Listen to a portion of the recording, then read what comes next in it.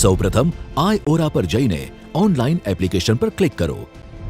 નવી અરજી પર ક્લિક કરી અરજીનો હેતુ એટલે હકપત્ર સંબંધિત અરજી પસંદ કરો. જે બાદ અરજીનો પ્રકાર, મોબાઈલ નંબર ફરજિયાત દાખલ કરો. કેપ્ચા દાખલ કરી ઓટીપી જનરેટ કરી જિલ્લો, તાલુકા અને ગામનું નામ તથા ઓટીપી દાખલ કરી અરજીને સબમિટ કરો.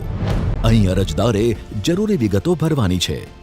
બાદમાં અવસાન પામેલ વ્યક્તિ સાથે અરજદારનો સંબંધ, પેઢીનામાની વિગત દાખલ કરો. વારસાઈ કરવા માટે ખાતા નંબર દાખલ કરો. અહીં અવસાન પામેલ વ્યક્તિનું નામ પસંદ કરી સહકબજેદારોની વિગતો ભરો. હવે અવસાન પામનાર વ્યક્તિની મરણ તારીખ, પ્રમાણપત્ર તથા મરણ પ્રમાણપત્ર આપનાર કચેરીનું નામ દાખલ કરો.